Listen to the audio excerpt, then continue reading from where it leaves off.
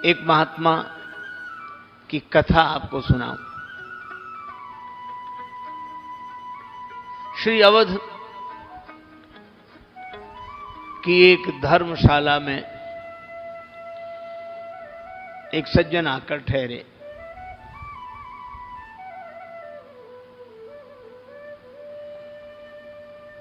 एक महात्मा ऊपर छत पर। अब महात्मा का तो काम ही सवेरे सवेरे जागकर भगवान का भजन करना। वो 4 बजे सवेरे से जाग जाए। सीताराम सीताराम सीताराम सीताराम सीताराम सीताराम सीताराम सीताराम। अब महात्मा के भजन का समय और उन सज्जन के सोने का समय है। तो जब सीताराम सीताराम सीताराम कहा तो वो तिल मिलाकर उठे और कहने लगे, बड़े प्रात से संतजन करते सीताराम, इनके सीताराम ने कर दी नींद हराम। सीताराम सीताराम डांट कर बोले, बंद करो ये कीर्तन। महात्मा बोले, भैया भगवान का कीर्तन बंद क्यों करा रहे हो? भगवान तो सबको देते हैं, सबके कृपालु हैं। वे सज्जन कहने लगे, गलत, किसी को कोई कुछ नहीं देता और भगवान तो देते ही नहीं। भगवान दिखे तुम्हें आज तक? भैया वो न दिखे तो भी देते हैं। हवा नहीं दिखती पर सबको सुख देती है। नहीं, मैं नहीं मानता।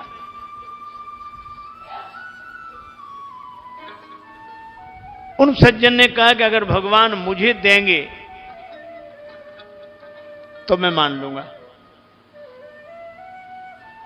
24 घंटे का समय देता हूं। अगर भगवान ने हमें दिया तो मैं तुम्हारा चेला बन जाऊंगा, और नहीं दिया तो तुम्हारा भला नहीं। महात्मा भी भगवान के भरोसे बोले, जाओ ठीक है, हम यहीं हैं। वे सज्जन चले गए घोर जंगल में। कि 24 घंटे की तो बात ही है, यहां कौन देने आता है, जहां जंगल में कोई किसी को दिखाई ही नहीं देता। अच्छा, जंगल में फिर भी दिख जाएंगे तो एक काम करें, क्या? बट वृक्ष था। महात्मा उस बट वृक्ष के ऊपर, वो सज्जन उस बट वृक्ष के ऊपर चढ़ गए और घने पत्तों की ओट में छिप गए। दिन भर बिताऊंगा और कल महात्मा से बात करूंगा।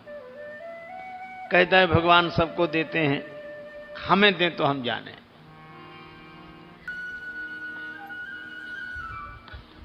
थोड़ी देर में बंजारे निकले उधर से। बंजारों ने सोचा बट वृक्ष की छाया है, जंगल है, यहां बैठकर भोजन करते हैं। तो वहीं वो भोजन बनाने लगे। अब ये ऊपर से देख रहा है कि महात्मा की बात कुछ तो सच है, भोजन आ गया यहां, लेकिन मैं देखूंगा ही नहीं, करूंगा नहीं तो कोई मुझे खिलाएगा कैसे? उन लोगों ने भोजन बनाया और बेचारे भोजन बना के खाकर कर रास्ते के लिए रख लें, बांध रहे थे। तब तक शोर सुनाई दिया, डाकू आ रहे, डाकू आ रहे, डाकू आ रहे, डाकू। और डाकुओं का नाम सुना तो बंजारे भागे, भोजन वहीं छोड़कर। अब इसने देखा कि भोजन तो रखा, अब बंजारे तो भाग गए भोजन वहीं छोड़कर।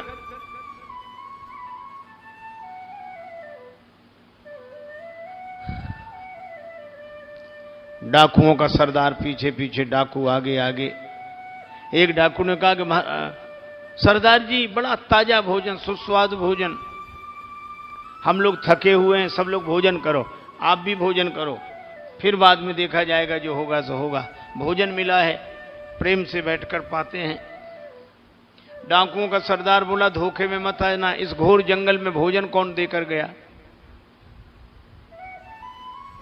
हमें लगता है कि किसी को हमारे आने की खबर लग गई है और उसने इस भोजन में जहर मिला दिया गया, विष मिलाया होगा ताकि हम लोग भोजन करके मर जाएं।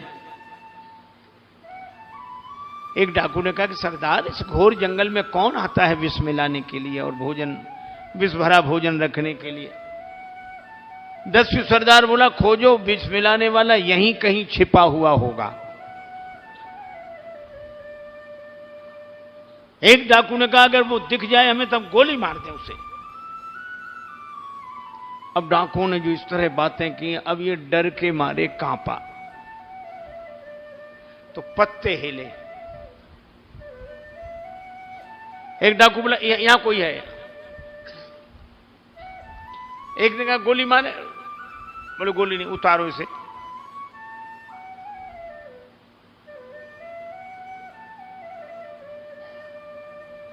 नीचे उतरकर बोला, गोली मत मारो, गोली मत मारो, सुनी बोली सुभीत भरी, आकर तुम्हारा सब हुक्म बजाऊंगा, संग में रहूंगा, सेवा सब करूंगा और जो भी कहोगे बोझ सर पे उठाऊंगा।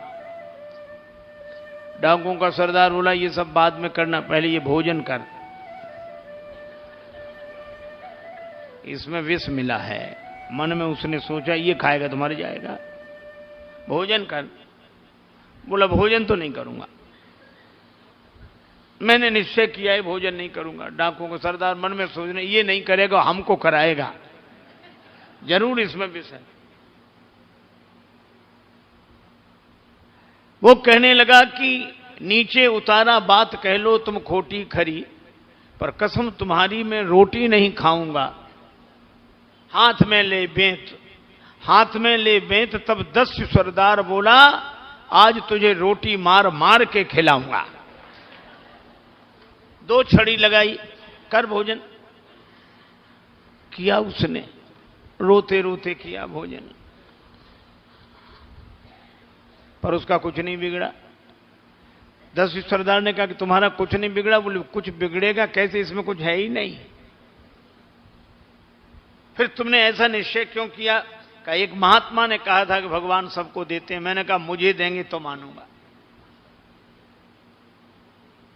डाकुओं का हृदय परिवर्तन हो गया और वो व्यक्ति महात्मा के पास आया। महात्मा तो राम भरोसे सीताराम सीताराम सीताराम, आकर चरणों में गिर गया। महाराज, आप सही कहते हैं, मैं आपका चेला बनूंगा।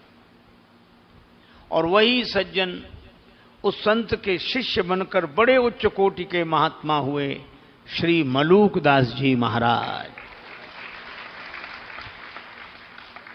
और मलूकदास जी क्या कहते हैं?